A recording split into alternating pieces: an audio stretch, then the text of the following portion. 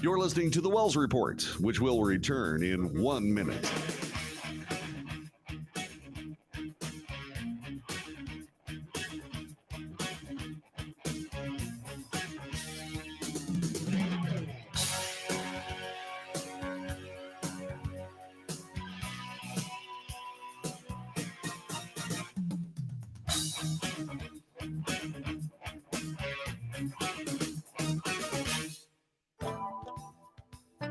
The Wells Report returns in 30 seconds.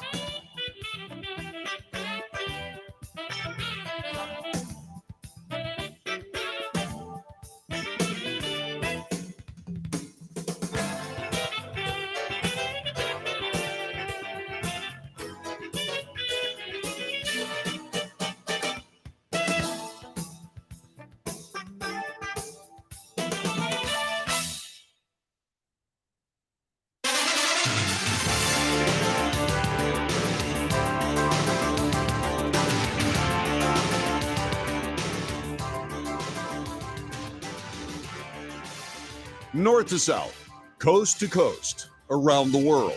This is the Wells Report. What do we do? Well, we report the news honestly and fairly. We analyze the news for fact and bias. We make commentary, which is not debate.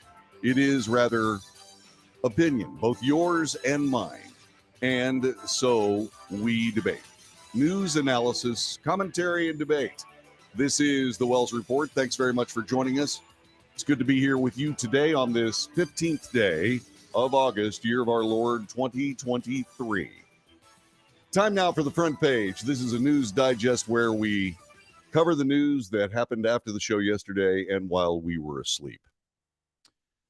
USA Today is reporting a RICO indictment has been set before the former president of the United States, Donald Trump, and the American people. A Georgia grand jury indicted 2024 presidential candidate Donald Trump and several allies yesterday on conspiracy charges of trying to steal Georgia's electoral votes from President Joe Biden after the 2020 election. The indictment brought 41 charges against 19 defendants. Accuses Trump and Confederates of a coordinated plan to have state officials essentially spike Biden's victory and award the state to Trump. Fulton County District Attorney Fani Willis launched her investigation of Trump in February of 2021. The indictment had been expected since a special grand jury recommended unspecified charges in February of 2023. Willis said Trump had opportunities to legally challenge the election results, but chose instead to pursue a criminal scheme that was counter to Georgia's process she called, quote, essential to the functioning of our democracy. Willis gave former President Donald Trump and 18 other individuals named in Monday's grand jury indictment until August 25th to surrender. This from Fox News. Willis held a press conference late yesterday after a Fulton County grand jury handed up charges against the former president and several others.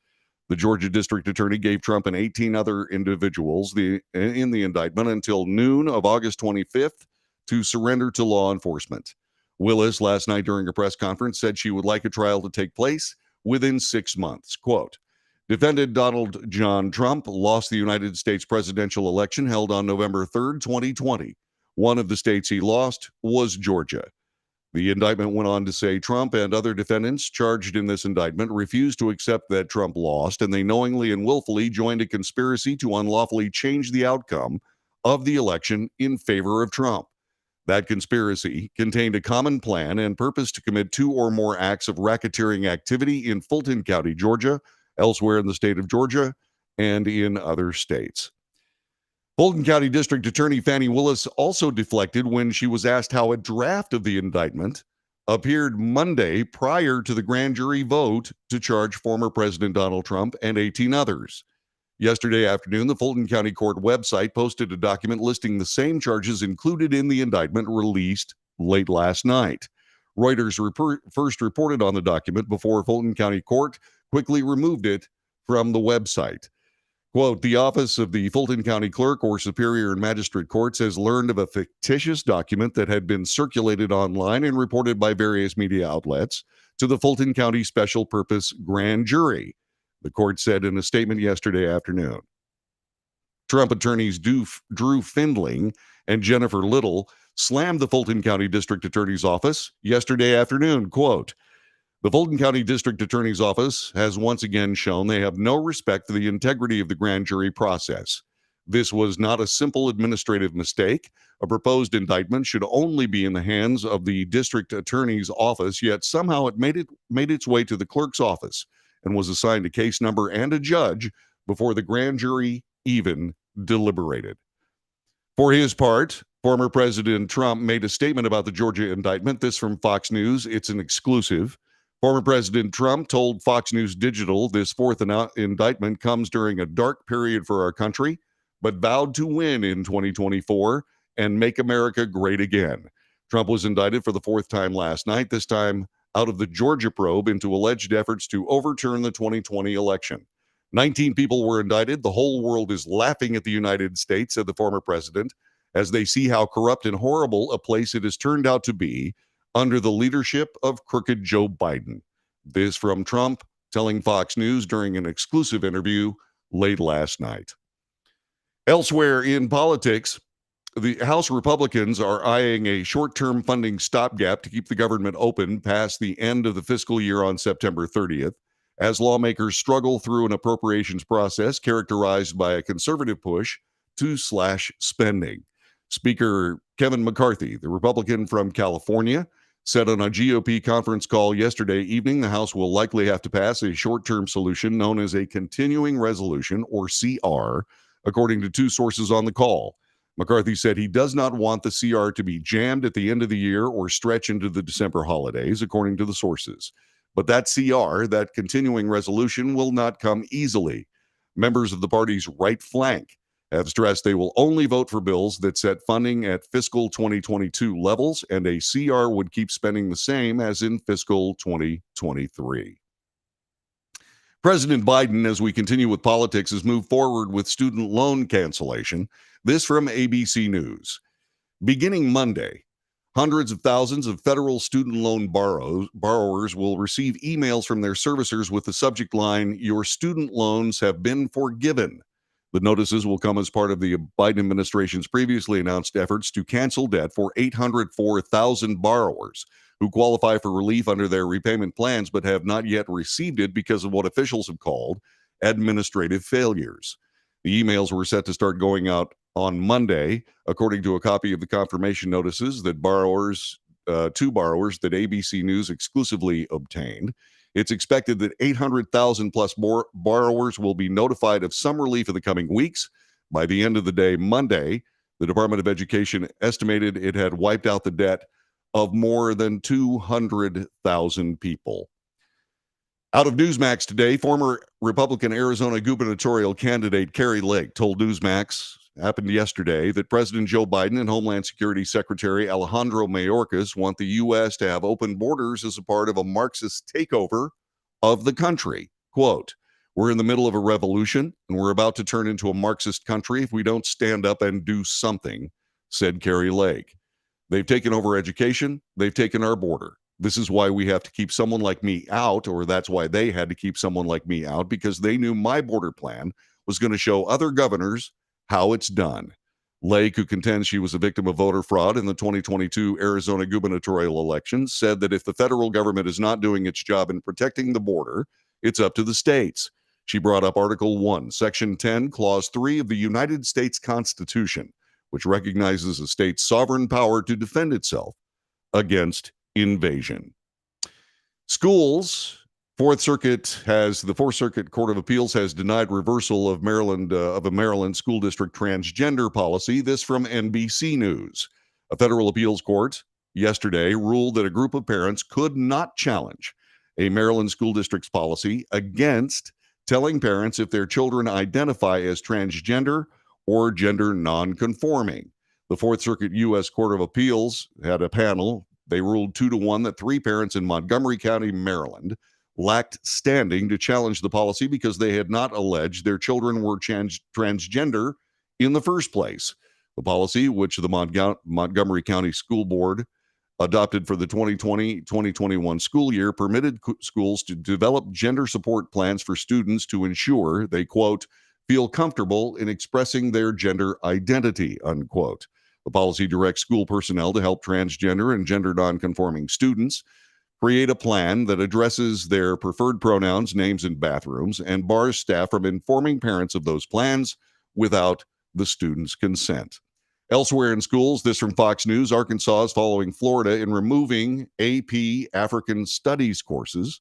The Arkansas Department of Education revoked an AP African American Studies pilot program for the 2023-24 school year after it was tested in a few schools during the previous school year.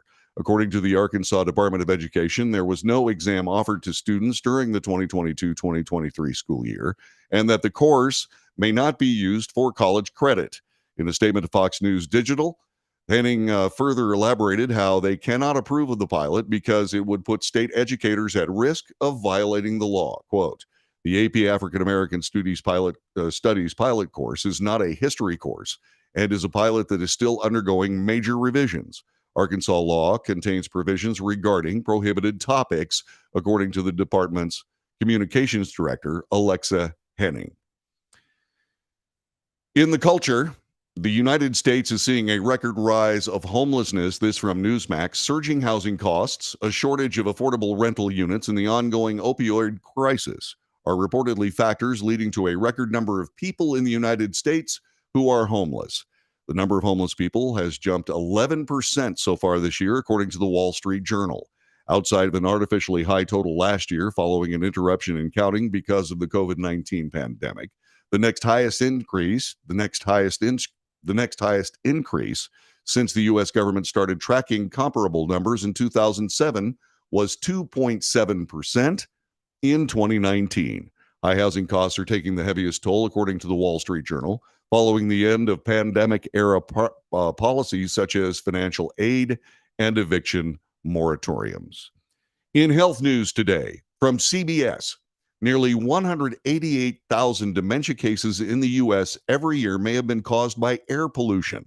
This is according to researchers and an estimate with bad air quality from wildfires and agriculture showing the strongest links to a person's risk of Alzheimer's disease and other kinds of dementia later in life. Published yesterday in the Journal of the American Medical Association Network Open, the new estimates are the latest to underscore the range of health risks scientists have long warned are being driven by air pollution. While studies have already linked overall bad air quality to a number of health problems, including the risk of developing dementia, the new study offers a finer-grained look at how specific causes of air pollution seem to be more strongly linked to dementia than in others. And finally, in the front page today, Clarence Avant, a trailblazing record executive known as the Black Godfather, has died at age 92. This from ABC News. Clarence Avant, the beloved music executive who came to be known as the Black Godfather, has died at age 92, according to his family, reporting to ABC News. Quote, it is with a heavy heart that Avant Sarando's family announces the passing of Clarence Alexander Avant. Through his revolutionary business leadership, Clarence became affectionately known as the Black Godfather in the worlds of music, entertainment, politics, and sports. His children, Nicole and Alex Avant, his son-in-law, Ted Sarandos, said in the statement. The North Carolina native managed successful acts such as Sarah Vaughan, Little Willie John, Freddie Hubbard, and Jimmy Smith. His deal-making abilities soon earned the attention of legendary label executive Quincy Jones, who said that after the two met, they went on to become best friends and brothers. Avant's work includes his contributions to the careers of notable black figures like boxing legend Muhammad Ali, NFL Hall of Famer Jim Brown, and baseball greats Jackie Robinson and Hank Aaron. In fact, quote, without Clarence Avant, there is no Hank Aaron. Hank Aaron himself declared that in a Netflix documentary, quote, The Black Godfather. R.I.P. Clarence Avant. That's the front page for today, August 15th. It's Tuesday, 2023. I'm John David Wells, and thanks very much for joining us as we get into what is a huge news day on the Wells Report. Back with more of that in just a moment.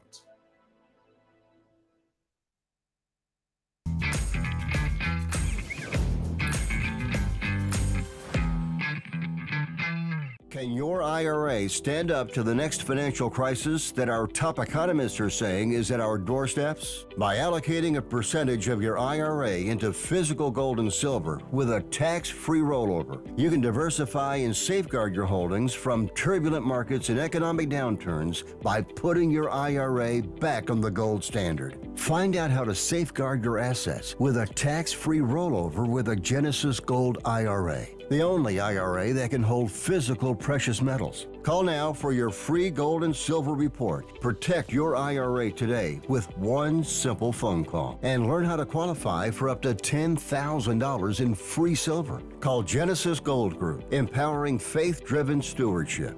Call 877-655-6870. That's 877-655-6870. 877-655-6870.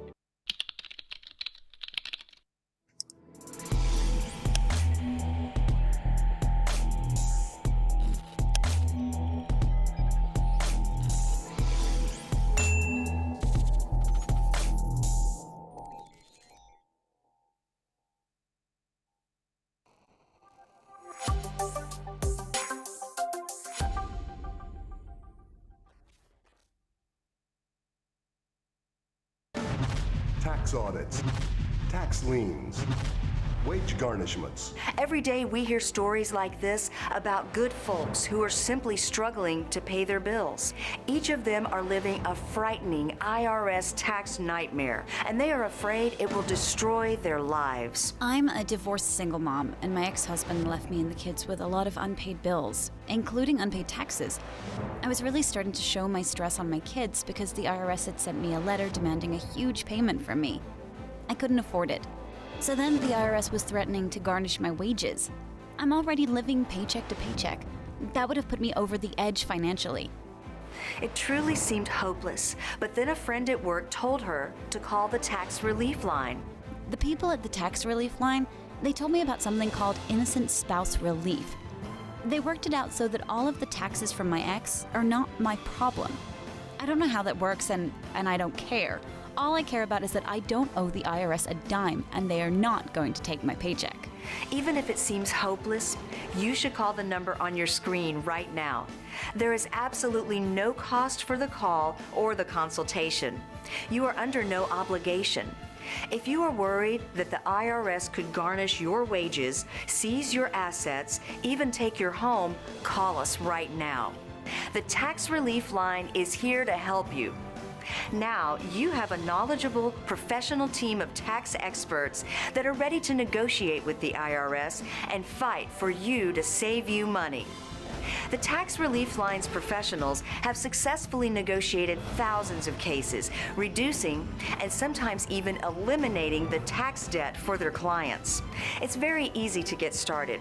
Simply call the number on your screen right now. You don't have to live in fear anymore. The call and the consultation are free.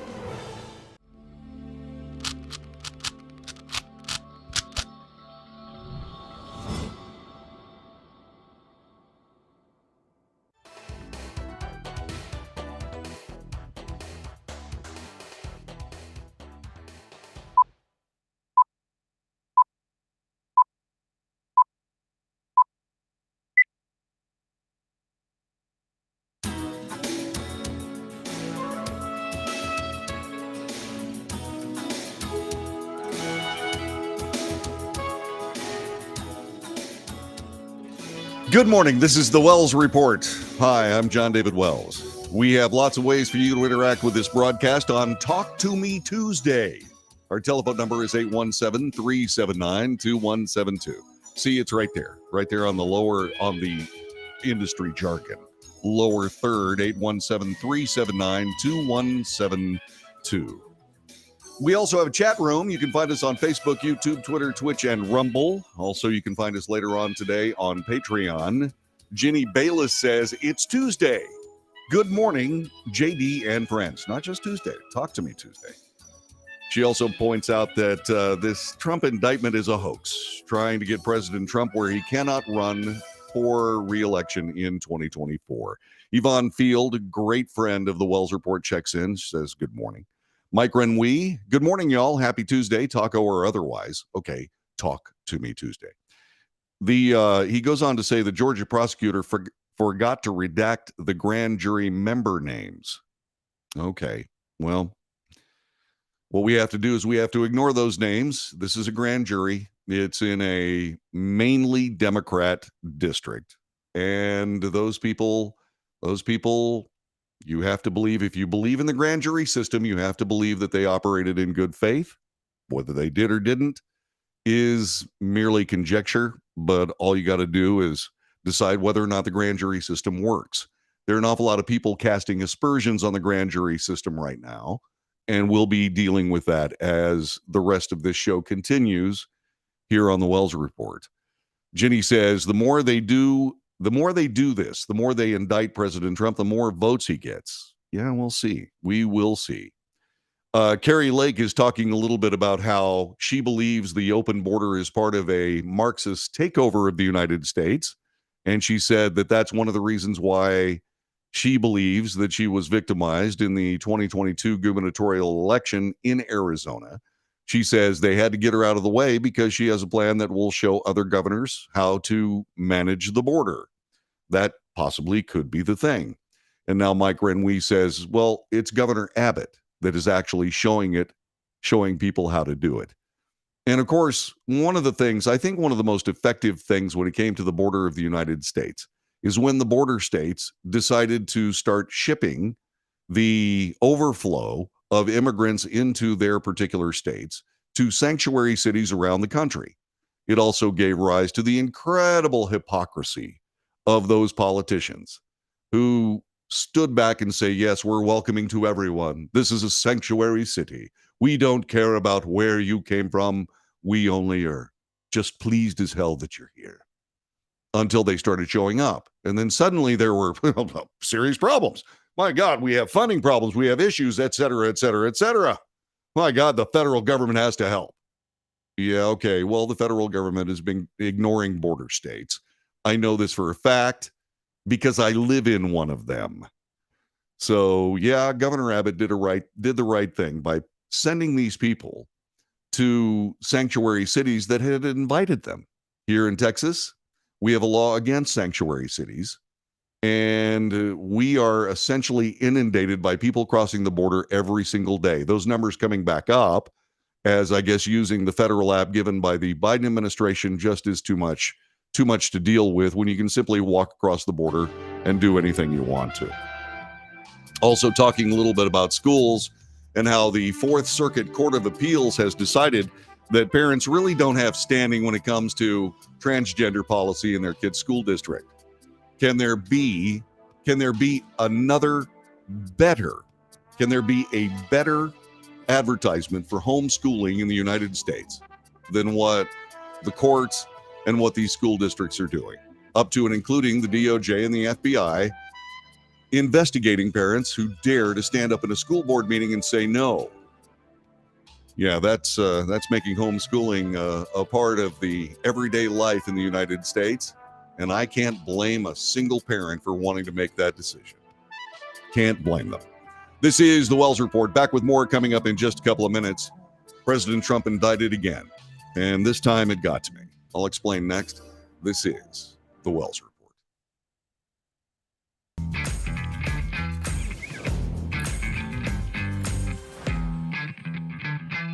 Can your IRA stand up to the next financial crisis that our top economists are saying is at our doorsteps? By allocating a percentage of your IRA into physical gold and silver with a tax-free rollover, you can diversify and safeguard your holdings from turbulent markets and economic downturns by putting your IRA back on the gold standard. Find out how to safeguard your assets with a tax-free rollover with a Genesis Gold IRA, the only IRA that can hold physical precious metals. Call now for your free gold and silver report. Protect your IRA today with one simple phone call and learn how to qualify for up to $10,000 in free silver. Call Genesis Gold Group, empowering faith-driven stewardship.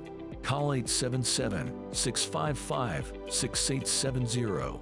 That's 877-655-6870. 877 655 6870.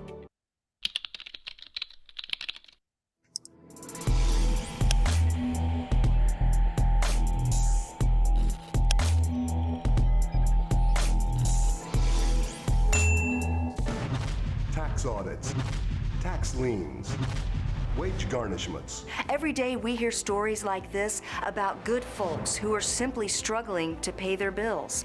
Each of them are living a frightening IRS tax nightmare, and they are afraid it will destroy their lives. I'm a divorced single mom, and my ex-husband left me and the kids with a lot of unpaid bills, including unpaid taxes. I was really starting to show my stress on my kids because the IRS had sent me a letter demanding a huge payment from me. I couldn't afford it. So then the IRS was threatening to garnish my wages. I'm already living paycheck to paycheck. That would have put me over the edge financially. It truly seemed hopeless, but then a friend at work told her to call the tax relief line. The people at the tax relief line, they told me about something called innocent spouse relief.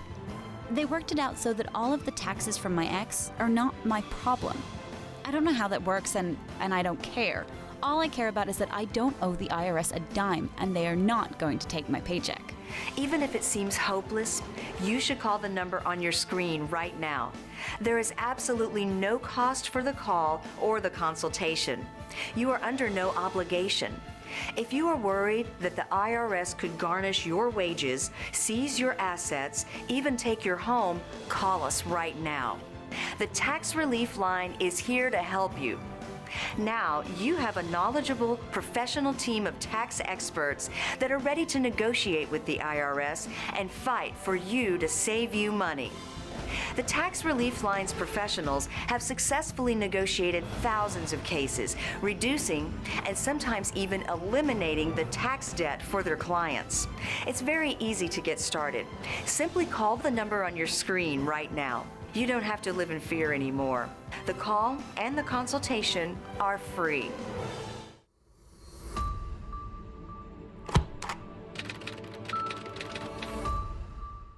If you're living with diabetes and using insulin, you know the pain of pricking your fingers over and over again. By wearing a small device called a continuous glucose monitor, or CGM, you can reduce the pain of pricking your fingers right away. If you use insulin daily, you might be eligible to get your own continuous glucose monitor. So call the US Med Diabetic Health Hotline today and learn about the latest CGM technology. Not only can a CGM immediately reduce pain, it's accurate, easy to use, and helps you make better diabetes treatment decisions. And if you have Medicare or private insurance, you can see if you qualify for a CGM at little or no out-of-pocket cost. We'll also provide free shipping of your new CGM, and we'll bill your insurance company for you. If you use insulin daily, you might be eligible to get your own continuous glucose monitor. So call the US Med Diabetic Health Hotline to see if you qualify for a CGM at little to no out-of-pocket cost.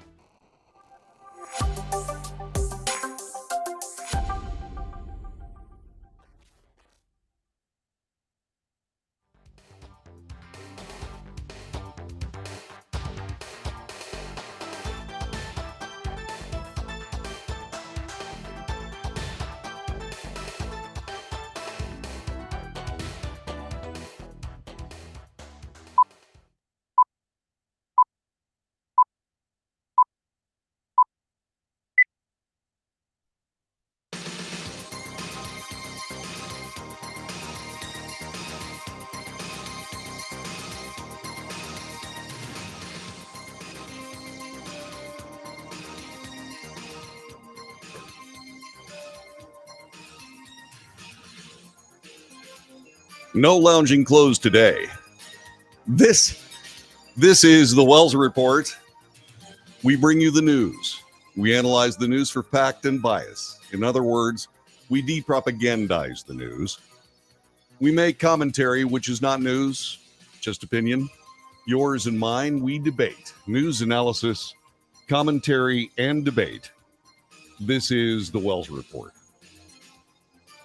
So all of us yesterday were treated to more of this unbelievable mess that we find our country in headed up to the 2024 election.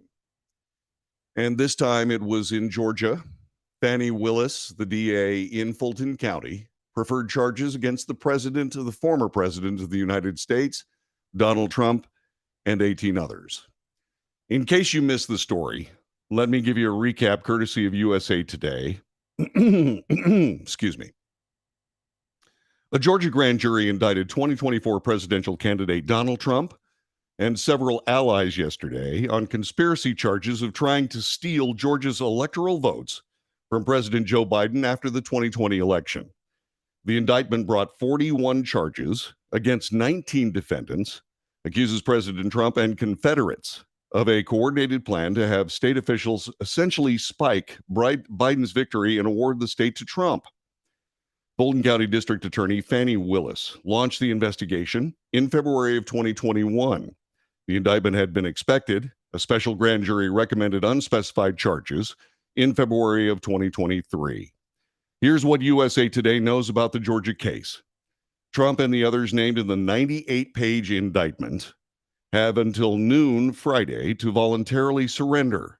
The case revolves mostly around the state's RICO statute, which is the Racketeer Influenced and Corrupt Organizations Act, which penalizes activities of individuals engaged in organized crime. Others indicted include former Trump attorney Rudy Giuliani, former White House Chief of Staff Mark Meadows. Willis said she would seek a trial date within the next 6 months, but scheduling is up to the appointed judge.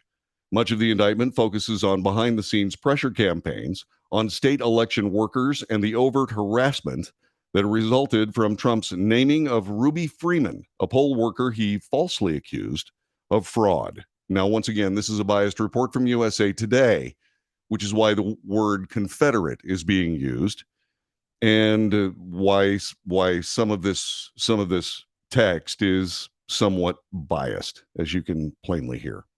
Willis said Trump had opportunities to legally challenge the election results, but chose instead to pursue a criminal scheme that was counter to Georgia's process, and she called that essential to the functioning of our democracy. The Trump campaign condemned the charges as politically motivated, call it election interference or election manipulation, said in a campaign statement from Donald Trump's campaign.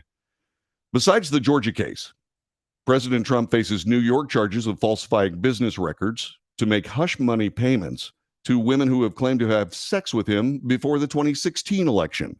The Justice Department special counsel Jack Smith charged him with conspiracy to obstruct justice and retain classified documents after leaving the White House. And so that is the gist of all of this. The other aspect of this involves when President Trump is going to have to appear along with his allies in this particular indictment. They have until August 25th to do that. Fannie Willis gave former President Donald Trump and the 18 other individuals named in the grand jury indictment until August 25th to surrender. Willis had held a press conference late yesterday after a Fulton County grand jury handed up charges against the former president and several others. The Georgia district attorney gave Trump and the other 18 individuals until noon on August 25th to surrender. Willis, last night during a press conference, said she would like a trial to take place within 6 months. Quote, defendant Donald John Trump lost the United States presidential election held on November 3rd, 2020. One of the states he lost was Georgia. She went on to say Trump and the other defendants charged in this indictment refused to accept that Trump lost, and they knowingly and willfully joined a conspiracy to unlawfully change the outcome of the election in favor of Trump. That conspiracy contained a common plan and purpose to commit 2 or more acts of racketeering activity in Fulton County, Georgia, elsewhere in the state of Georgia, and in other states. The 98-page indictment contains 41 felony counts against Trump and 18 defendants and alleges that they unlawfully conspired and endeavored to conduct and participate in a criminal enterprise in Fulton County and elsewhere. Naturally, there are a lot of people that are speaking about this. One of them is a former attorney general, a former assistant attorney general.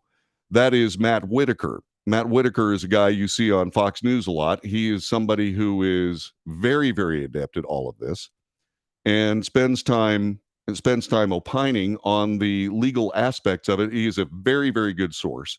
and had a lot of things to say last night on Fox News as all of this came down. So watch carefully as we bring you that report here on the Wells Report this morning. Let me get Matt Whitaker's take, same topic, Matt, because I think this is very, very crucial here. In other words, the fact that we're talking about things that I don't think most Americans know a whole lot of, and that's, why is this a RICO case? Why is this a racketeering case? Why did they post this earlier on the website? What is in your mind, and having been an AG, what do you think? What is the thinking behind this? Yeah, two primary thoughts. First of all, what Greg just said is important, but this is also being done to catapult the prosecutor's political career. Don't forget that. And then second, for 5.5 years, I was a U.S. attorney. I signed indictments personally. Whatever the grand jury returned, true bills, I made sure I signed those presentments to the grand jury and those indictments. And that being said, I can tell you RICO cases are by far the hardest cases. You want to bring them. And we tried to especially go after Mexican drug cartels. It's a real problem here in Des Moines, Iowa, as you can imagine, especially with the meth and the fentanyl. And so, I would look at those cases and work with the AUSAs on trying to make RICO cases. But to the, earlier panelist point and to Jonathan Turley's point, those cases are tough because there's predicate offenses. You have to show a pattern and you have to show the organization. These are criminal groups. And I just don't think this case rises to that level. And I think this is a very aggressive application of that. And really, it's a pattern that, I mentioned earlier when we were talking. It's these prosecutors that are solely trying to get out and get Trump and try to hang in not only an indictment, but, they hope a conviction. And it's just not, most of these cases just don't have the legal structure and the legal precedent to support them. And they're going to collapse, after they get past these juries that are slanted against President Trump. This was something that actually had me sitting in my living room, watching the case unfold with my head in my hands.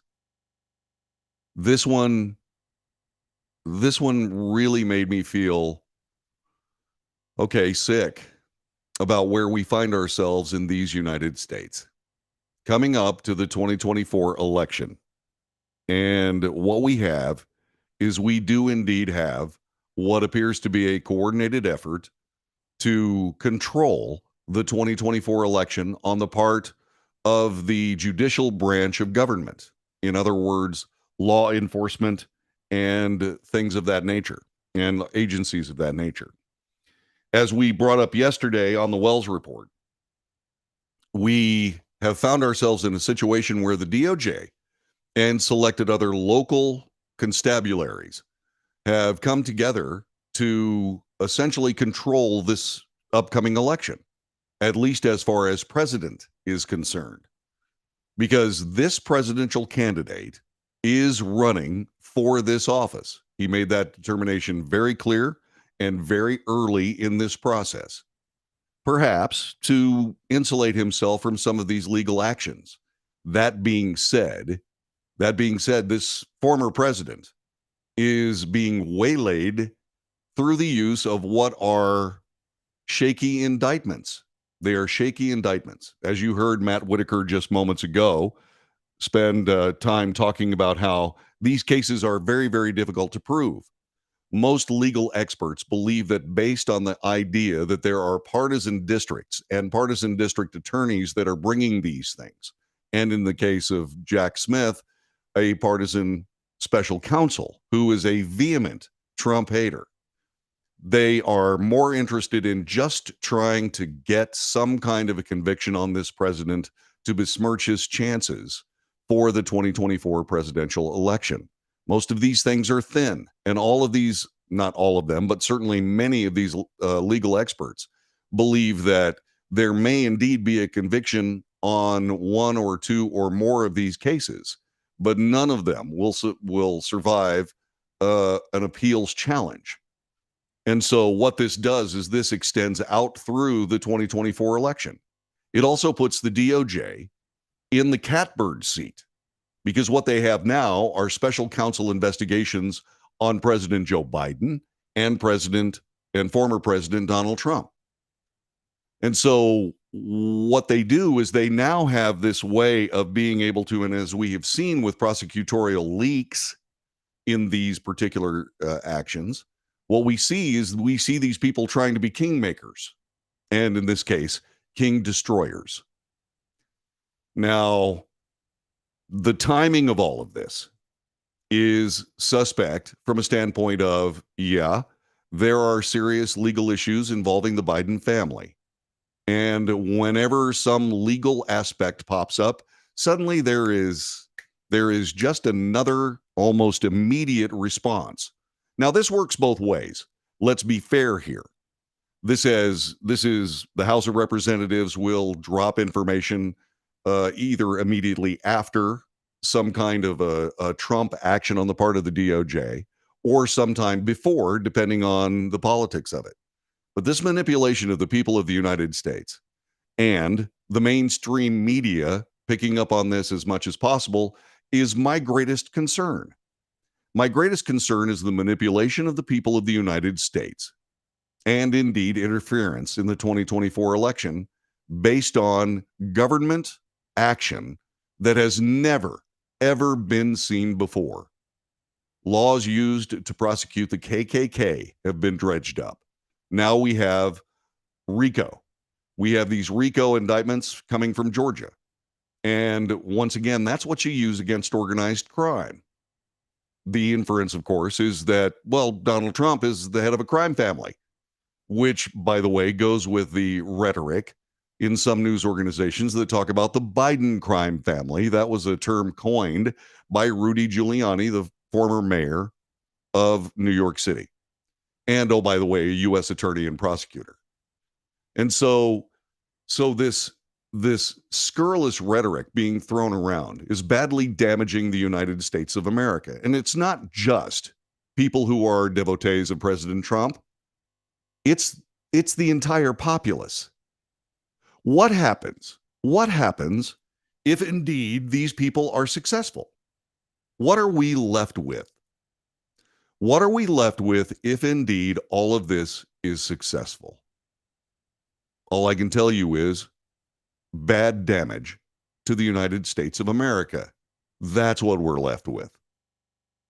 What are your thoughts? 817-379-2172. 817-379-2172. Feel free to join us.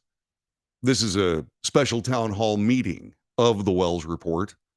And you, regardless of whether you believe this is all righteous and all wonderful and all good, or whether you believe that this is a political hoax, or wherever you come down on this, call me on the telephone, 817-379-2172. State your case. We'll listen. It's time for all of us to come together, at least at some level, and discuss what we believe about all of this, because it will indeed affect all of us as we move forward to another incredibly important election in the history of the United States of America. There are a lot of people on the Trump side who say, well, every time they indict him, he's in a position where he gets more popular and he gets more votes. There are people who say, well, the MAGA crowd isn't anywhere close to what it used to be. The 75 or so million votes that the former President Donald Trump got last time won't be nearly as robust this time around if he runs at all. We also, under the backdrop of all of this, see a president of the United States, Joe Biden, under attack by Republican sources on Capitol Hill that are centered around bribery, which is specifically enumerated in the Constitution of the United States. If they're able to tie that money to President Joe Biden, it's game over. It's indictment and removal from office.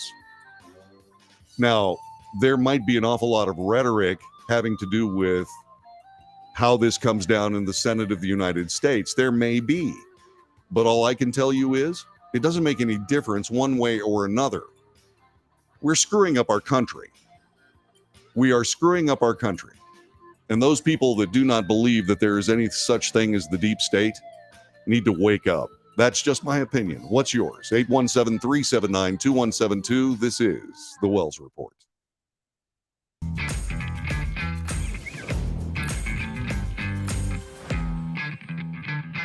If you're living with diabetes and using insulin, you know the pain of pricking your fingers over and over again. By wearing a small device called a continuous glucose monitor, or CGM, you can reduce the pain of pricking your fingers right away. If you use insulin daily, you might be eligible to get your own continuous glucose monitor. So call the US Med Diabetic Health Hotline today and learn about the latest CGM technology. Not only can a CGM immediately reduce pain, it's accurate, easy to use, and helps you make better diabetes treatment decisions. And if you have Medicare or private insurance, you can see if you qualify for a CGM at little or no out-of-pocket cost. We'll also provide free shipping of your new CGM, and we'll bill your insurance company for you. If you use insulin daily, you might be eligible to get your own continuous glucose monitor. So call the US Med Diabetic Health Hotline to see if you qualify for a CGM at little to no out-of-pocket cost.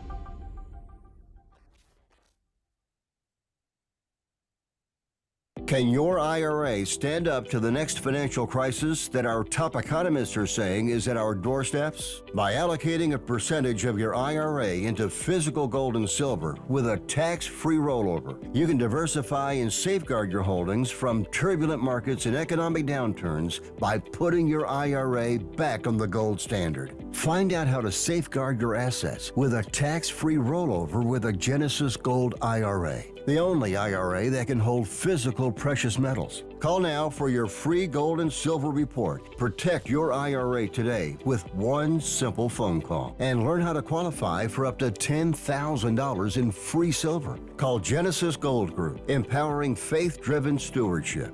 Call 877-655-6870. That's 877-655-6870. 877-655-6870.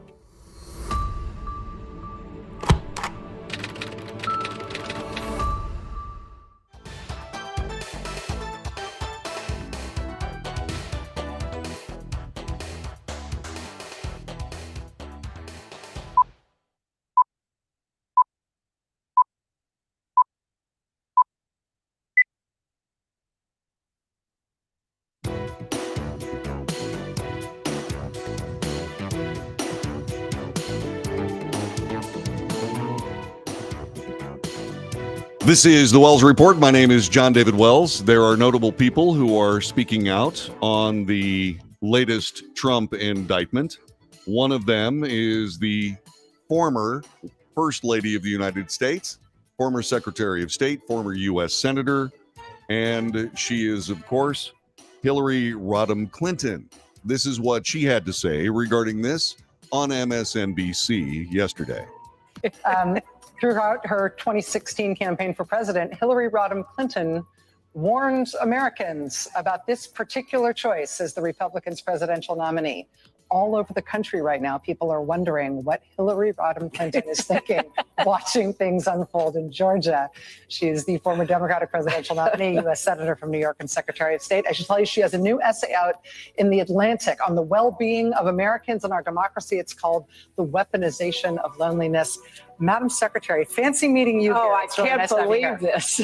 Yeah, this is not the circumstances in which I expected to be talking to you. Nor me, Rachel. It's always good to talk to you, but honestly, I didn't think that it would be under these circumstances. Yet another set of indictments. I don't feel any satisfaction. I feel great, just great, profound sadness that we have a former president who has been indicted for so many charges that went right to the heart of whether or not our democracy would survive. Yeah, that is Hillary Rodham Clinton. She had words that, frankly, I don't believe need to be commented on. They wanted to get this out. You can believe any of this that you'd like, but I don't have any comment on that. The laughter The laughter's inappropriate in my view. This is Caitlyn Jenner speaking on the same They wanted to topic. get this out very quickly because they want all the attention on Donald Trump instead of the Biden family. I mean, things are coming out now with the Biden family that are just horrible, the amount of money that they made. I mean, I look at it this way. Donald Trump was president for 4 years. He never even got paid. He took his salary from president and donated it to veterans organizations. That's the type of president I want, not somebody that's in there scamming the system, making money on the side, like the Bidens have. It's clearly coming out right now, like the Bidens have done. Donald Trump is a stand-up guy. It's a shame to see what our weaponized judicial system here in the United States is doing to him. Honestly, I'm ashamed of it. I mean, it's horrible. Yeah, it is. And it is ongoing. And it doesn't make any difference, like I said earlier, it doesn't make any difference whether you are a Trump devotee or not. This is damaging our country. And it's damaging our country possibly beyond repair. If this particular tactic is successful, we're going to see more of it. It was very much like the impeachment of Bill Clinton. That opened up this Pandora's box of impeachment as a political weapon. It did. Now, you can argue that indeed, when a president of the United States lies in a federal deposition, that is an impeachable offense. At the time, I said that President Clinton should have been impeached, but I didn't think he should be removed from office. And that's exactly what happened. But that opened up this gate, this floodgate of impeachment, which was then applied to President Donald Trump. Is it because he's some scurrilous individual? Some people think so. But actually, in my view, it was because he was an outsider. He was not controlled by the political machine, and the political machine did everything it possibly could to remove him from office while he was the president of the United States. I find it fascinating that people believe that what happened on January 16th was some kind of a political coup, when Donald Trump endured a political coup most of his presidency. And this was brought about by highly placed executive branch agency, law enforcement and intelligence and the media, and all of this came together in an alliance to remove Donald Trump from office, thereby disenfranchising everybody who voted for him. Every slap they took at Donald Trump was a slap against the people who voted for him, and they continue that to this day. Now, all these people that are sitting back self-satisfied saying, my gosh, you see, we were right about this terrible Donald Trump. What you're doing is you're buying into this non-voter control of the government of the United States. It's only going to be a matter of time before this baleful wannabe totalitarian oppressive government turns its eyes on you. It's only a matter of time. And the proof, in my view, is in the pudding. The proof is in the pudding. You take a look at any leftist city, you take a look at the leftist ideology being perpetrated on the United States of America, and you tell me whether or not it's moving the country forward or backward. You tell me. Telephone number again, 817-379-2172. It's Talk to Me Tuesday. You can join me on the telephone right this very minute. Love to hear from you. I absolutely would. 817-379-2172. What will happen next? Well, one thing is for sure. It's not going to be your typical humdrum presidential election in 2024, is it? It is not. We may see the loss of one president and the loss of one presidential candidate. And then what happens? I believe what happens after that is the political machine that has a vice-like grip on these United States will indeed win. Back with more in a moment. This is The Wells Report.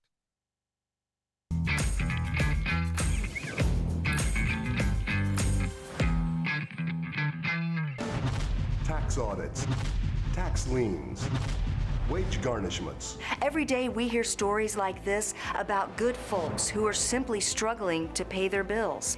Each of them are living a frightening IRS tax nightmare, and they are afraid it will destroy their lives. I'm a divorced single mom, and my ex-husband left me and the kids with a lot of unpaid bills, including unpaid taxes. I was really starting to show my stress on my kids because the IRS had sent me a letter demanding a huge payment from me. I couldn't afford it. So then the IRS was threatening to garnish my wages. I'm already living paycheck to paycheck. That would have put me over the edge financially. It truly seemed hopeless, but then a friend at work told her to call the tax relief line.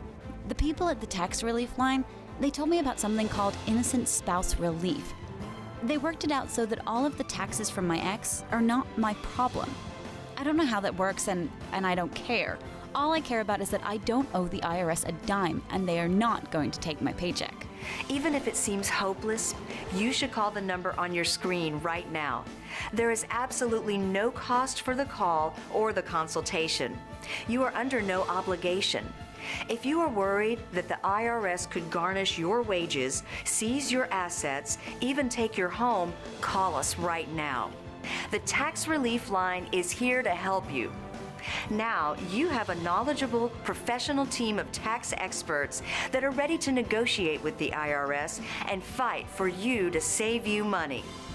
The Tax Relief Line's professionals have successfully negotiated thousands of cases, reducing and sometimes even eliminating the tax debt for their clients. It's very easy to get started. Simply call the number on your screen right now. You don't have to live in fear anymore. The call and the consultation are free.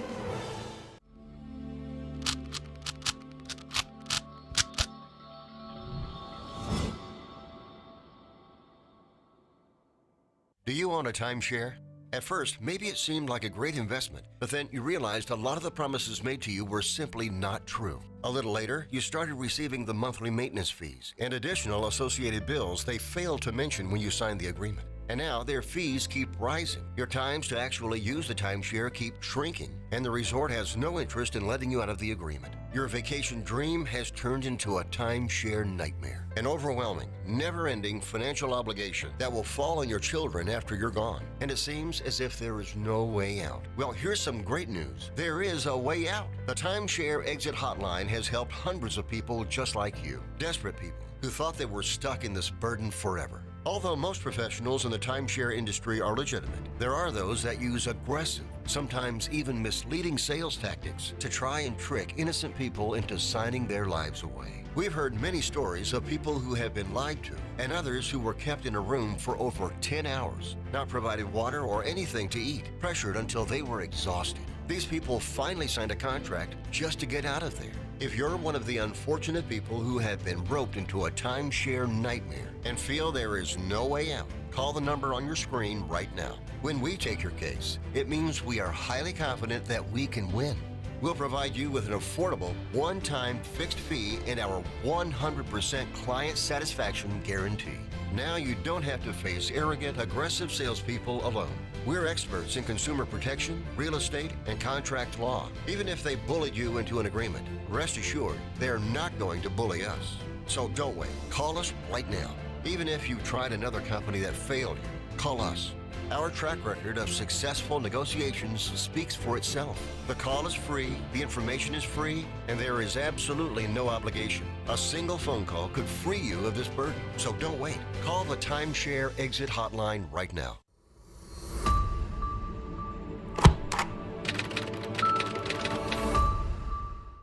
If you're living with diabetes and using insulin, you know the pain of pricking your fingers over and over again. By wearing a small device called a continuous glucose monitor, or CGM, you can reduce the pain of pricking your fingers right away. If you use insulin daily, you might be eligible to get your own continuous glucose monitor. So call the US Med Diabetic Health Hotline today and learn about the latest CGM technology. Not only can a CGM immediately reduce pain, it's accurate, easy to use, and helps you make better diabetes treatment decisions. And if you have Medicare or private insurance, you can see if you qualify for a CGM at little or no out-of-pocket cost. We'll also provide free shipping of your new CGM, and we'll bill your insurance company for you. If you use insulin daily, you might be eligible to get your own continuous glucose monitor. So call the US Med Diabetic Health Hotline to see if you qualify for a CGM at little to no out-of-pocket cost.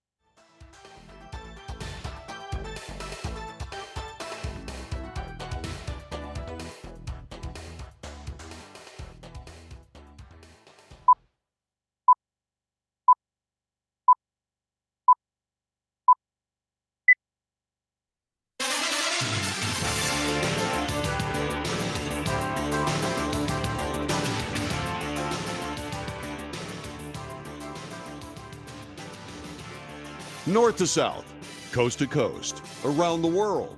This is the Wells Report. Good morning, I'm John David Wells. What do we do here? We report the news honestly and fairly. We analyze the news for fact and bias. We depropagandize the mainstream media output every day between 9 and 11 here, Central Time, on this broadcast. We also make commentary. That is not news. Commentary is opinion, both yours and mine, and so we debate. It's Talk to Me Tuesday. In other words, you can call us on the telephone, 817-379-2172, 817-379-2172. By all means, chat with us. Tell us what you think. This is the Wells Report. News, analysis, commentary, and debate. It's already the most deadly wildfire in at least a century in these United States. It happened in Hawaii, and there are an awful lot of ruminations going on about what is happening with regard to the handling of this, and this food fight is just beginning.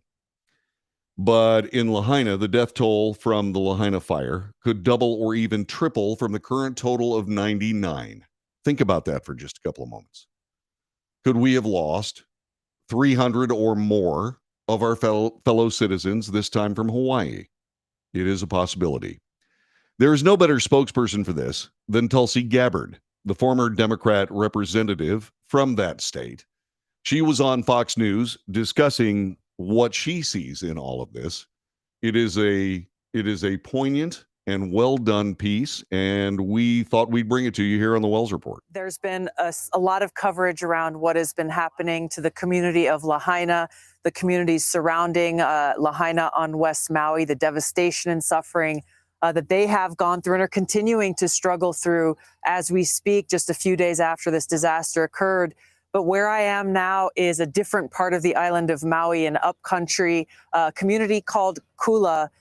This community also experienced the devastation of the brush fires. As you're seeing, there's a couple of homes here on a small rural street that have been completely destroyed. The brush fires ripping through many of these neighborhoods, just as they did through Lahaina. It's important to be able to convey the loss that these communities have experienced and the sense of urgency needed for really direct services and response coming from the county, state, and federal government, not only for the crisis right now, but also recognizing the steps that are necessary to be taken for this community as they start to look at what does rebuilding look like.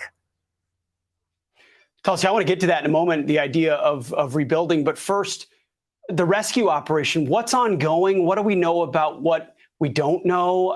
Just give us a sense on the human toll of who we're looking for and how big that scope is. You know, there has been a very small percentage of the area that's been devastated, where the recovery of remains and those who have perished has occurred. That recovery effort is continuing.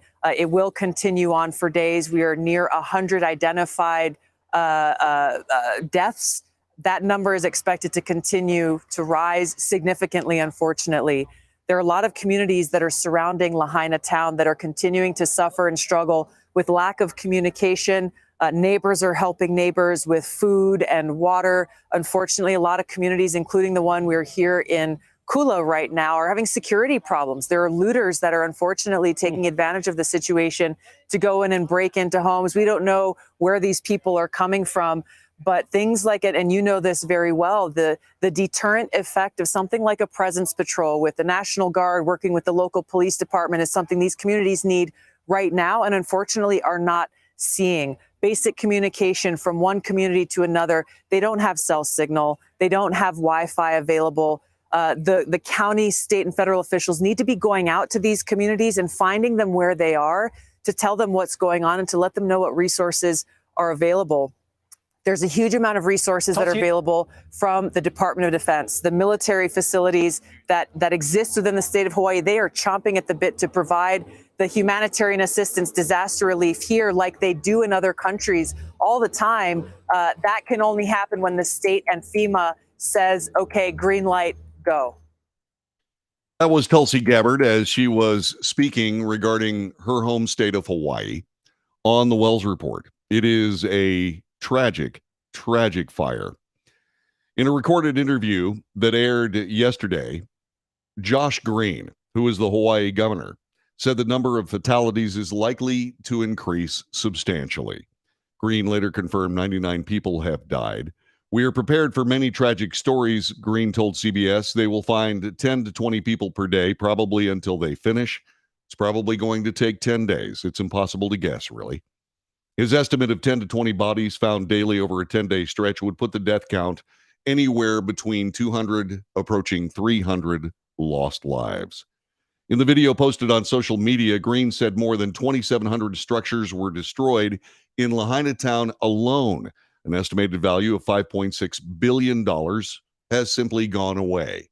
The Lahaina fire was one of multiple blazes that began burning Tuesday on Maui.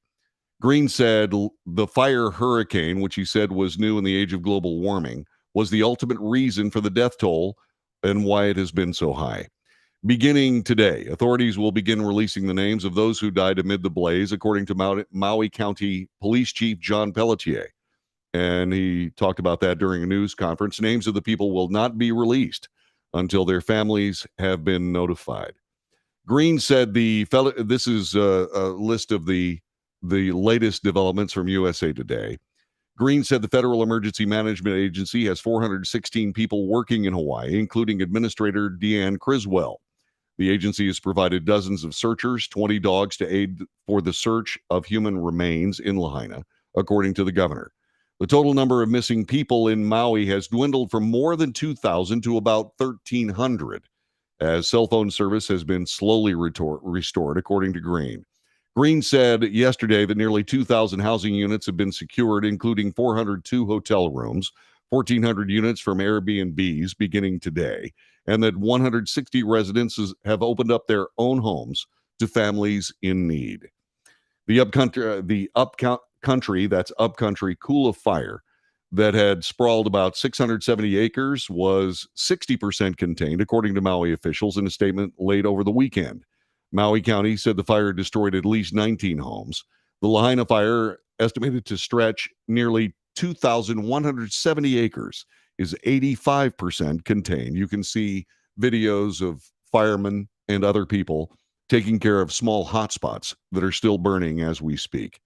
As of yesterday, Pelletier said that 25% of the area affected by the fire has been searched.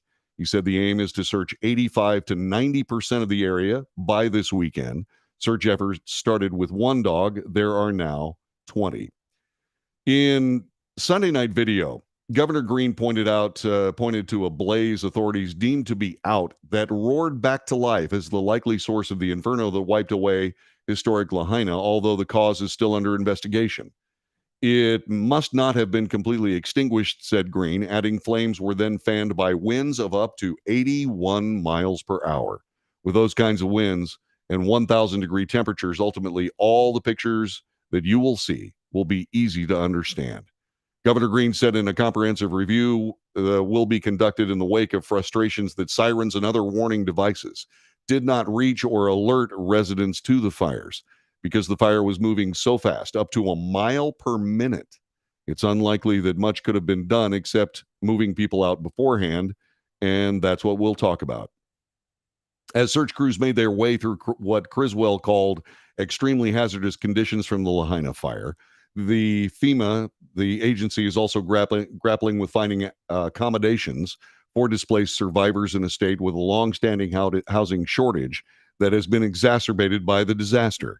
In addition to paying for lodging at specified hotels and motels for a certain amount of time, FEMA is working with Governor Green to plan to help provide survivors housing options beyond their immediate needs. This from a news briefing from Hawaii. And that is the FEMA secretary, the administrator, Deanne Criswell. That's who we're discussing here. Fires are a part of American life, most notably in California. California has, over the years, learned how to handle all of this through a very active Department of Forestry. The Department of Forestry, what they do is they go out and they find all of this fuel. They chop it down routinely, or at least did before the state was $32 billion in debt. They chop this stuff down, and that's what mitigates the fire hazard in Southern California. That's not easy to do in a place like Hawaii because lush vegetation is everywhere. It is a beautiful island. It is an island paradise. And because of all of this foliage, etc., with a lack of rain during the summer, something about El Nino and the various things that happen every year, but this time it was different. This time there was not nearly as much rain as Hawaii usually can expect. Indeed, Hawaii, it rains every single day, 24/7, 365. It's one of those things where rain is a part of life in Hawaii, except this year. And then when you had a typhoon, mistakenly called a hurricane, because typhoons occur in the Pacific, hurricanes occur in the Atlantic, but for some reason, everything's a hurricane now. And I really don't understand why they do that, but that's just one of the things that I guess the mainstream media is trying to change. But that being said, those winds up to 81 miles an hour and more would fan these flames. A lot of people wonder, okay, so what exactly is the issue with getting people out of these fire zones? Well, we're talking about an island. There are not a lot of ways to get away from a fire when the fire is on one side of you and the ocean is another. There were people that did escape into the ocean and then found themselves in a position where they would drown.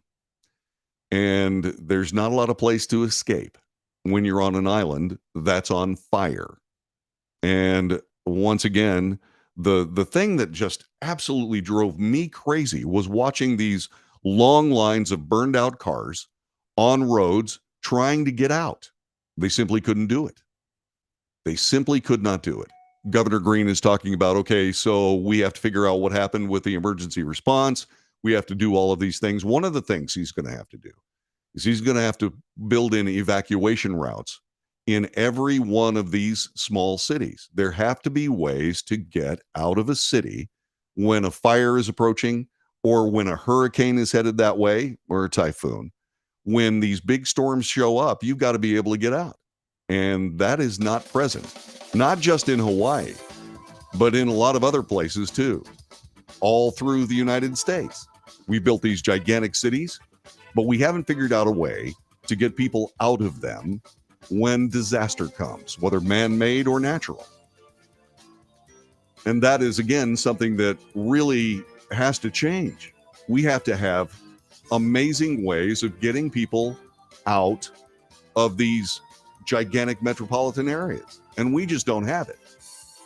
People will lose their lives trying to escape these disasters if we don't do something about it. And once again, you would wonder why all of this isn't in place already, considering the fact that the United States and selected other states are horribly in debt. $32.7 trillion, according to the latest numbers from the United States of America. And when you're that far in debt, just exactly what money do you use to build these projects? This is the Wells Report.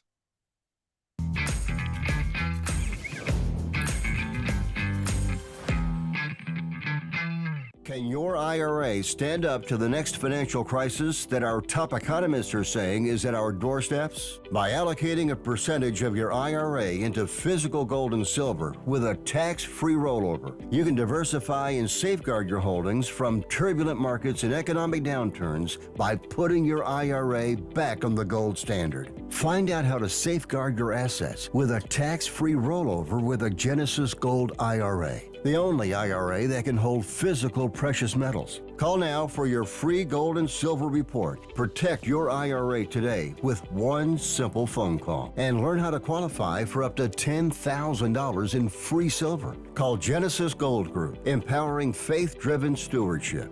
Call 877-655-6870.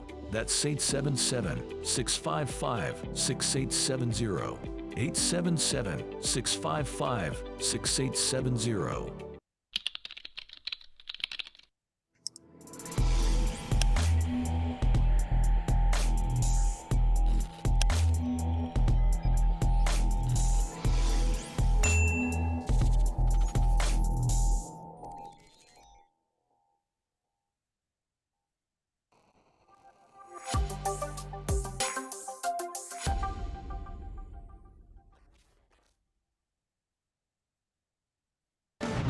Tax audits, tax liens, wage garnishments. Every day we hear stories like this about good folks who are simply struggling to pay their bills. Each of them are living a frightening IRS tax nightmare, and they are afraid it will destroy their lives. I'm a divorced single mom, and my ex-husband left me and the kids with a lot of unpaid bills, including unpaid taxes. I was really starting to show my stress on my kids because the IRS had sent me a letter demanding a huge payment from me. I couldn't afford it. So then the IRS was threatening to garnish my wages. I'm already living paycheck to paycheck. That would have put me over the edge financially. It truly seemed hopeless, but then a friend at work told her to call the tax relief line. The people at the tax relief line, they told me about something called innocent spouse relief. They worked it out so that all of the taxes from my ex are not my problem. I don't know how that works, and I don't care. All I care about is that I don't owe the IRS a dime, and they are not going to take my paycheck. Even if it seems hopeless, you should call the number on your screen right now. There is absolutely no cost for the call or the consultation.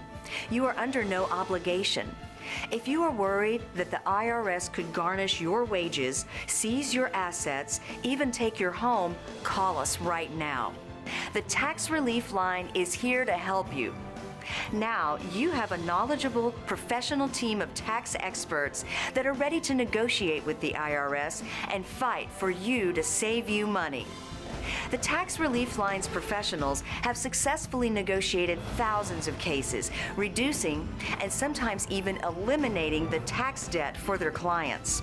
It's very easy to get started. Simply call the number on your screen right now. You don't have to live in fear anymore. The call and the consultation are free.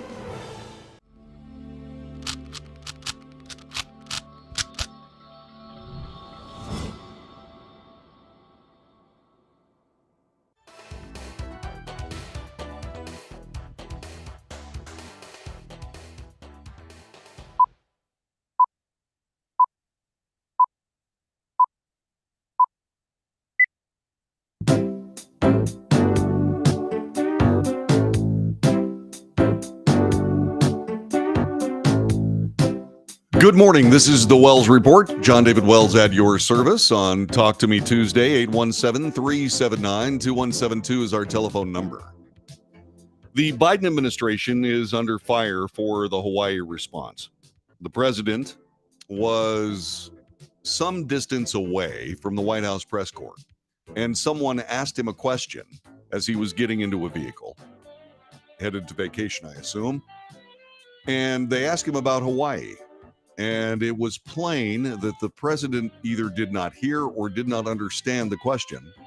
And he responded with a perfunctory, no comment.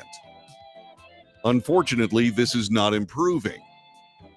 The White House press secretary has found herself in a position where she indeed has also found herself in a position where she has fumbled the hurricane response. This is how this looked, courtesy of Fox News, just the other day. Moreno, who I said the president spoke to just last night. He thanked the president for the immediate support of federal agencies have delivered for residents of Hawaii, and so has Senator Shorts. Shorts, shots, shoots. Well, at least she didn't go through the entire collection of vowels, so there wasn't a gaffe or maybe a blooper in that one, which is something that you can, I suppose, take heart in. But indeed, the circumstance is somewhat ugly. While answering questions about the devastating wildfires, Jean-Pierre mispronounced the Hawaii Democrat senator's name, Mazie Hirono, and Brian Schatz, and misgendered Hirono. Senator Hirino is what she said, who I've said the president spoke to just last night. He thanked the president for the immediate support of federal agencies and what they have delivered for the residents of Hawaii. Mazie Hirono is actually female, and Brian Schatz, shorts, schwa, shart, stuff like that. And once again, she fortunately missed the short I phonics, so that didn't turn into a bigger problem. Several X users, the artist formerly known as Twitter, called out the stumble, criticizing the press secretary's knowledge. There are 51 Democrat senators, and in one soundbite, KJP butchered the name of 2 of them. Not knowing Senator Hirono as a woman is bad, but calling Senator Schatz Senator Schatz is probably worse. This according to Republican commentator Matt Whitlock. National Review senior writer Dan McLaughlin commented, on one hand, she's terrible at her job. On the other hand, this is about as much respect as Hirono deserves. Well, that's kind of a nasty, snarky shot. Senator Hirono, even though she is unpleasant as a human being, many people use the word vapid. That'll be your vocabulary word today for Talk to Me Tuesday. Vapid, V-A-P-I-D. And so on, but she is an elected senator from the state of Hawaii. Chris Stiegel, who was a radio host, said, wow, she has no idea who the Hawaiian senator of her own party is or even how to say her name. Yeah, that's true. This is one of those things where, you really do have to pay attention to what you're doing. You have to be prepared. The press secretary is someone who is the spokesperson for the president of the United States. And this escalating set of stumbles on the part of the administration is detrimental. It's detrimental. And it has to get taken care of at some point. But I don't know when, and I don't know who would take her place. But I can tell you this is a dysfunctioning unit. And it needs to be resolved at some level. Now, I don't know whether there's somebody that can do that briefing book a little bit better. I know that I would, and I do, go through the material that I report to you every day. I wonder why she doesn't. This is the Wells Report. John David Wells at your service. Telephone number 817-379-2172. We'll be back with more of this broadcast in just a couple of moments.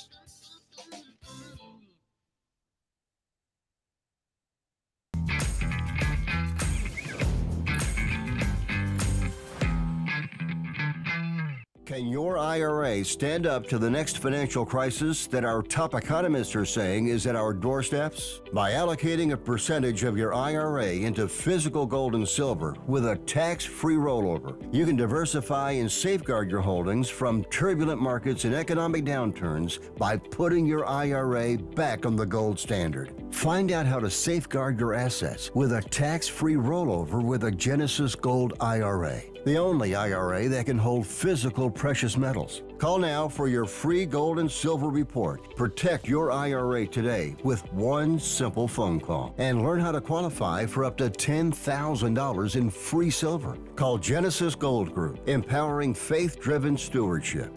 Call 877-655-6870. That's 877-655-6870. 877-655-6870.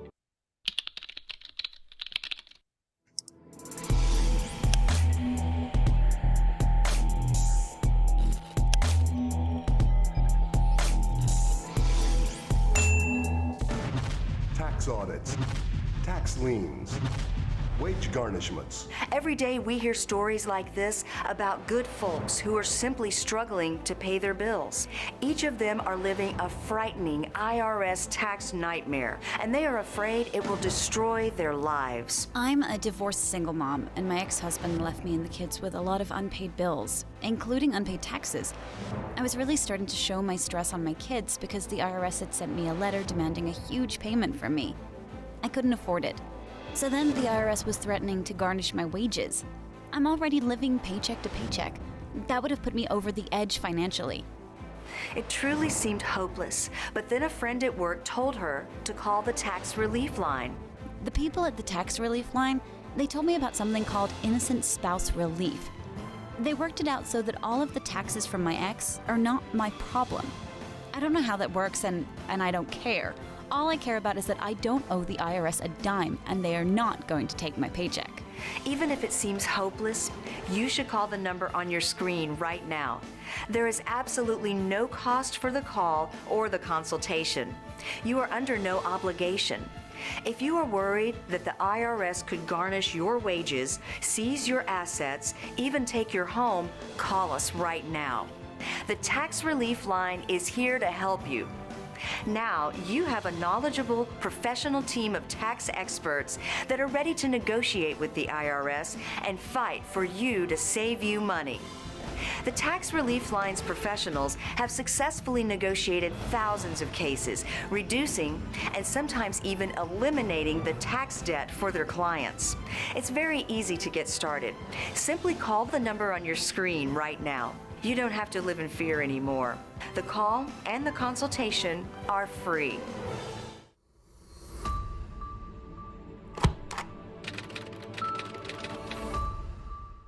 If you're living with diabetes and using insulin, you know the pain of pricking your fingers over and over again. By wearing a small device called a continuous glucose monitor, or CGM, you can reduce the pain of pricking your fingers right away. If you use insulin daily, you might be eligible to get your own continuous glucose monitor. So call the US Med Diabetic Health Hotline today and learn about the latest CGM technology. Not only can a CGM immediately reduce pain, it's accurate, easy to use, and helps you make better diabetes treatment decisions. And if you have Medicare or private insurance, you can see if you qualify for a CGM at little or no out-of-pocket cost. We'll also provide free shipping of your new CGM, and we'll bill your insurance company for you. If you use insulin daily, you might be eligible to get your own continuous glucose monitor. So call the US Med Diabetic Health Hotline to see if you qualify for a CGM at little to no out-of-pocket cost.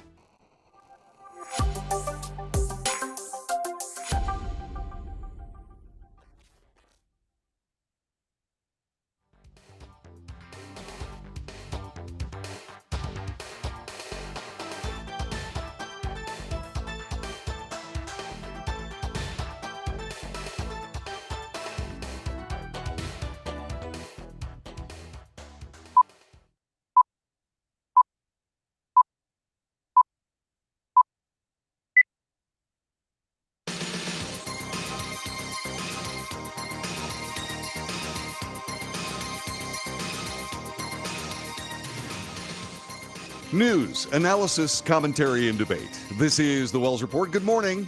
You know, at the top of the hour, I say north to south, coast to coast, around the world. We're not kidding when we say around the world. Let's say good morning, or more appropriately, good evening to Leng Sengo. She's currently watching us in Singapore. Sengo, it's good to see you. Thank you for joining us. Thank you. She's talking about fire. Why the needs of escape routes to let people escape from fire. Common sense, the answer to any person who sensible and prudently escapes disaster. Well, it's an island. You know a little bit about that. Singapore is an island too, and it seems as though the roads were closed by the fire and trapped the people between the ocean and the fire, and that seems to be what caused Lahaina to go quite literally up in flames. And once again, I think we're probably going to see a death toll that is eye-watering, at least, as this continues. Earlier this morning, specifically during the front page and just afterwards, I spoke about the manipulation of the people of the United States. Whoa, that's interesting. I wonder what happened. Did my dog bump the camera? Anyway, hi. The manipulation of the people of the United States. Our 2024 election is an election that is, for whatever reason, going to be in the control of the DOJ. In other words, there are forces well beyond what we normally have with regard to our elections. There are agencies that are indeed holding sway over the decisions we make through the manipulation of law that will lead to one or more of our presidential candidates being removed from the 2024 election. I am extremely disturbed by it. This is something brand new, never happened before. But governmental control of elections is part and parcel of the decoration of a socialist government, where the democratic process in, say, for example, a totalitarian communist country, the elections are not about whether a particular candidate is elected to a particular post. The elections are about affirmation of the government in total. In other words, do you believe the government's okay? And that's why the returns and votes for this socialist ideal of a government are routinely extremely the approval rating is outrageous insofar as people, I mean, in the 90 percentile. And it's because people are afraid to vote otherwise, because that government will reach into your life and change it. Is that happening in the United States? Most assuredly. Is this the road we want to go down? Most assuredly not. But when you have the government apparatus that both identifies who the actual candidates are, or in this case, will not be, and if they're able to get away with this, we got real trouble here. But getting to the manipulation portion of it, the manipulation of hearts and minds in the United States, the opinion process that is currently it's way too big a part of our national news conversation. This is deleterious. And I said that indeed, when there was something that came down regarding the Biden family, there was another indictment for President Trump or some other scurrilous development, like, for example, a leak of prosecutorial information regarding Donald Trump. And I did point out, to be fair, that this happens both ways. Well, guess what happened today? The House Committee on Oversight and Accountability released a transcript from a former FBI agent that Republicans say validates a key claim from IRS whistleblowers about the management of tax crimes and the investigations of those, including Hunter Biden, the president's son. Democrats argue the interview actually discredits GOP claims of improper political influence in the investigation. The closed-door interview with a now retired FBI special supervisory agent who oversaw the investigation into Hunter Biden, conducted in conjunction with the IRS, was conducted in July, has prompted sparring between the two parties in the weeks since. The agent's name is redacted in the transcript. Republican interest in the FBI agent testimony centers on how they say it substantiates a piece of testimony from one of the IRS whistleblowers who raised alarm about how the tax crimes investigation into Hunter Biden was conducted, specifically about how a planned attempt to interview Hunter Biden at his home in California, December 8th, 2020, unfolded. The whistleblower, IRS Supervisory Agent Gary Shapley, and the FBI agent said their plan was to show up at Hunter Biden's home for a possible interview and Hail Mary consent search. They plan to notify the local Secret Service office in Los Angeles at 8 a.m. on the day of their planned attempt, since Hunter Biden was a Secret Service protectee. The initial plan was to have the local field office of the Secret Service be notified in the morning to diminish opportunities for anyone else to be notified, said the FBI agent. But the FBI agent said he was notified the evening before, December 7th, 2020, that the FBI headquarters had contacted Secret Service headquarters, which upset both the FBI agent and IRS agent Shapley. I felt it was people that did not need to know about our intent, said the quote from the FBI agent. He went on to say, I believe the Secret Service had to be notified for our safety, for lack of confusion, for deconfliction, which we would do so in many other cases, but I don't understand why the initial notification. This also, by the way, leaves out the fact that a former assistant U.S. attorney contacted the Biden family directly with news of this search and this interview. Shapley told the Ways and Means Committee in May that the transition team was also notified about the plan. The FBI agent said he did not recall that until he had heard from Shapley, but remembers that's why I was upset that evening, that somebody beyond the Secret Service was notified. The agent could not provide any other information about who in that transition team was indeed notified. On the day of December 8th, the plan changed, said the agent. He was told his information would be given to the Secret Service, but that he was to stay away from Hunter Biden's home while he awaited further contact, which he said had never been given to him as instructions before. In other words, he is outside the residence where Hunter Biden was located and was told to stand down. There was never an interview with Hunter Biden. During Democrat questioning, the FBI agent said that he had never interviewed a Secret Service protectee as part of a criminal matter and acknowledged that FBI policy means that politically sensitive investigations require greater approval from up the chain of command. The agent also told the committee that he couldn't say where the change in plans was driven or whether the change in plans was driven by political considerations, but understood the FBI headquarters and Secret Service headquarters would want to foster an ongoing good working relationship so that no one was blindsided by the other. The agent also indicated that it was unlikely that Hunter Biden would have agreed to speak to him, even if he had been allowed to try to knock on his door.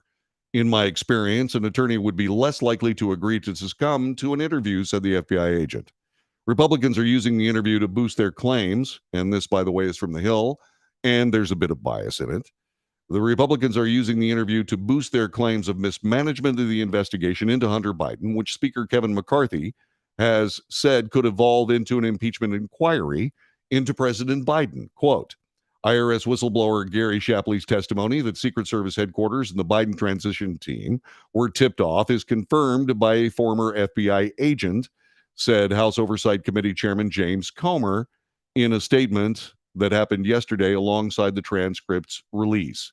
Tipping off the transition team and not being able to interview Hunter Biden as planned are just a couple of examples that reveal the Justice Department's misconduct in the Biden criminal investigation that occurred under U.S. Attorney David Weiss's watch.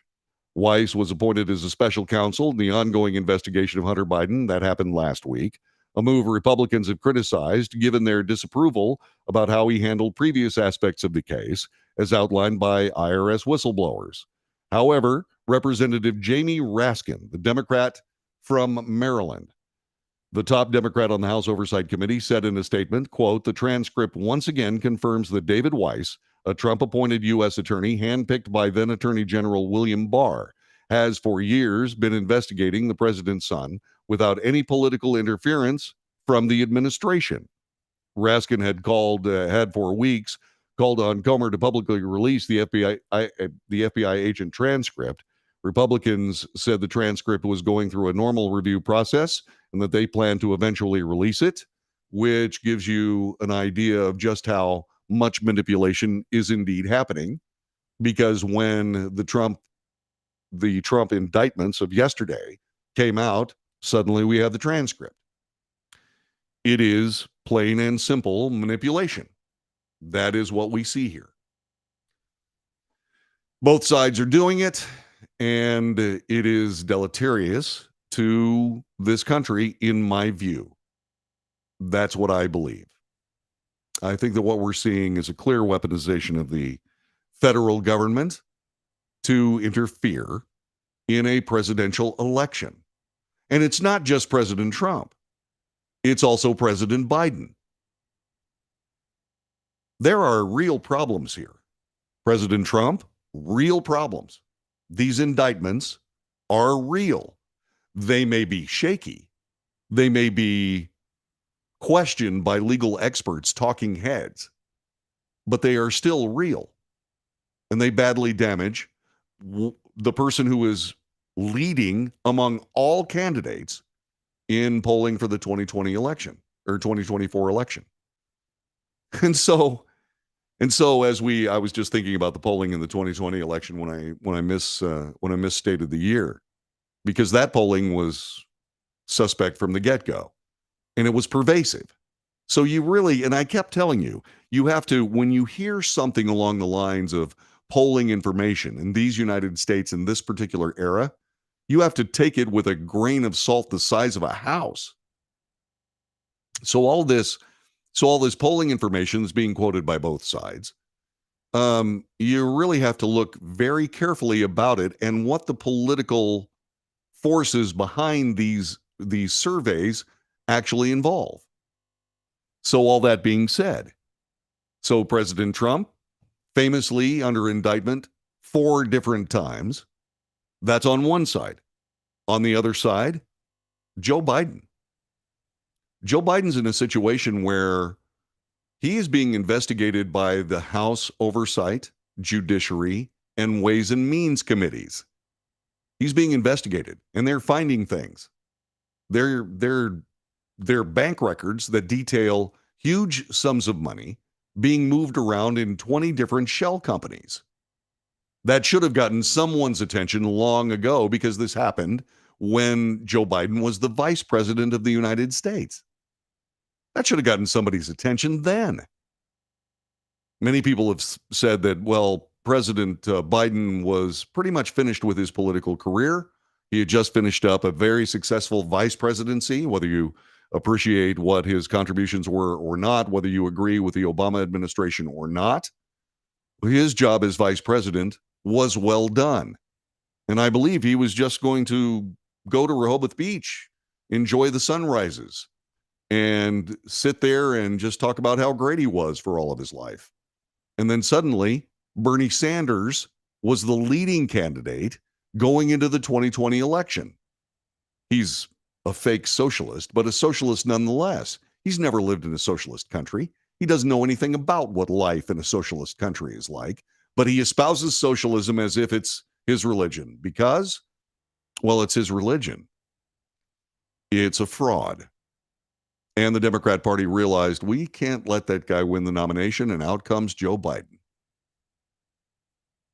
And this guy, I can find an easily controlled enthusiasm for his political talent and his capability as the president of the United States. Indeed, many of us wonder just exactly who's running the presidency, because it's not Joe Biden. So here we have these two presidents seriously under fire by a law enforcement agency. The law enforcement agency that would not investigate the Bidens, replaced by House committees. Politicians as prosecutors are disasters. Not just the January 6th committee or the impeachment committees or what have you during the Trump administration. But now we have the Republicans in what is easily a tit for tat when it comes to impeaching presidents. It's destructive to everyone. I don't care what your politics are. It's destructive. These people are screwing up this nation. And now we can see this screw up extending for what, another year or 2 or 3, depending on how the appeals go. I mean, this is ridiculous, at least in my view. What do you think? 817-379-2172. Join us on the Wells Report. We'll be back with more coming up in just a moment.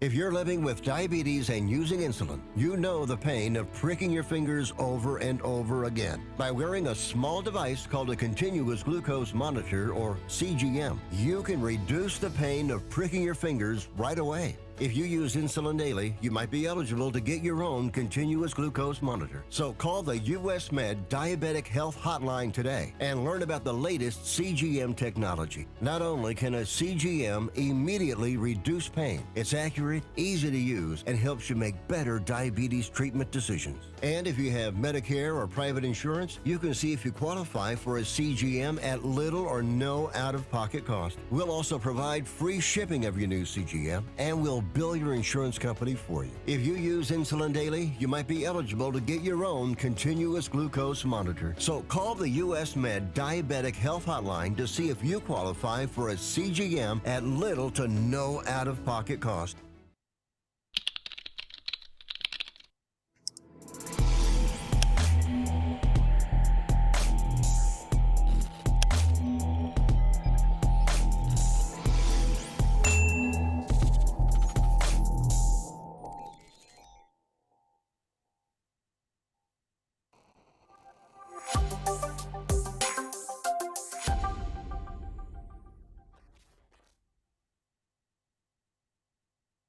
Can your IRA stand up to the next financial crisis that our top economists are saying is at our doorsteps? By allocating a percentage of your IRA into physical gold and silver with a tax-free rollover, you can diversify and safeguard your holdings from turbulent markets and economic downturns by putting your IRA back on the gold standard. Find out how to safeguard your assets with a tax-free rollover with a Genesis Gold IRA. The only IRA that can hold physical precious metals. Call now for your free gold and silver report. Protect your IRA today with one simple phone call and learn how to qualify for up to $10,000 in free silver. Call Genesis Gold Group, empowering faith-driven stewardship.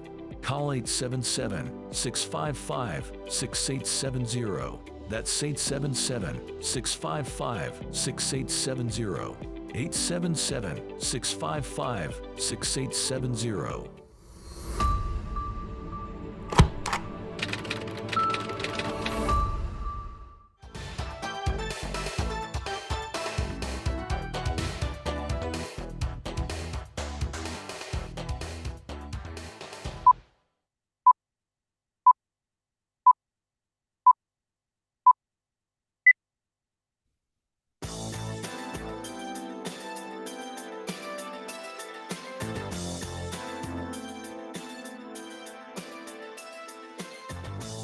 Good morning. This is the Wells Report, something that you can see every day, at least Monday through Friday, between 9 and 11 a.m. Central Time.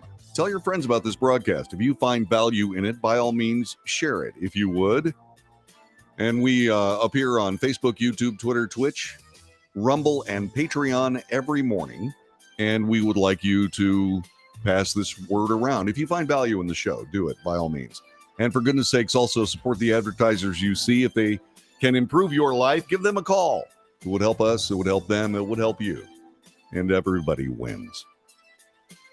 So as we come to this final segment of the Wells Report, we need to spend a little bit of time talking about just exactly where our country is. There are an awful lot of people that are very worried about the future of this nation. Are you? What are your worries? I look at this and I say, okay, so let's look at this both directions. Let's say, for example, that Donald Trump is found guilty and loses his appeals. What does that leave us? That leaves us with the President of the United States as a legal target based on his willingness to play ball with the body politic. President Trump did not play ball with the body politic. He was very skeptical of the intelligence agencies, and they came back after him. And the body politic came back after him. President Trump has two political parties after him from a standpoint of removing him from the political scene. One is called the Democrat Party. One is called the Republican Party. Of those political parties, which is the most honest when it comes to their hatred of Donald Trump? Well, of course, the Democrat Party. And I'm saying they're most famous for it. The same hatred occurs on the Republican side. Just consider some of the things that Mitch McConnell has been saying about Donald Trump and some of these other old-line neocons. Not that they're old. Paul Ryan is not old. But he is still someone who is vehemently anti-Trump. Why? Because Trump was anti-politician. That's why. So let's assume that they succeed. Let's assume that they're able to remove Donald Trump from the political scene in time for the 2024 election. What are we left with?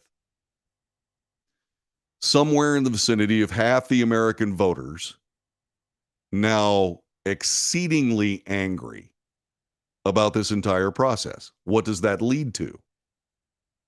What does it lead to? Well, the people who have kicked that anthill before ended up encircling the entire capital of the United States with razor wire and 24,000 National Guard troops after the incursion into the Capitol building. What are they going to think when everybody who voted for Donald Trump, or a vast majority of them, find themselves in a position where they can't vote? Well, what I see is not good. What I see is a whole bunch of Republican voters saying, well, my vote doesn't matter.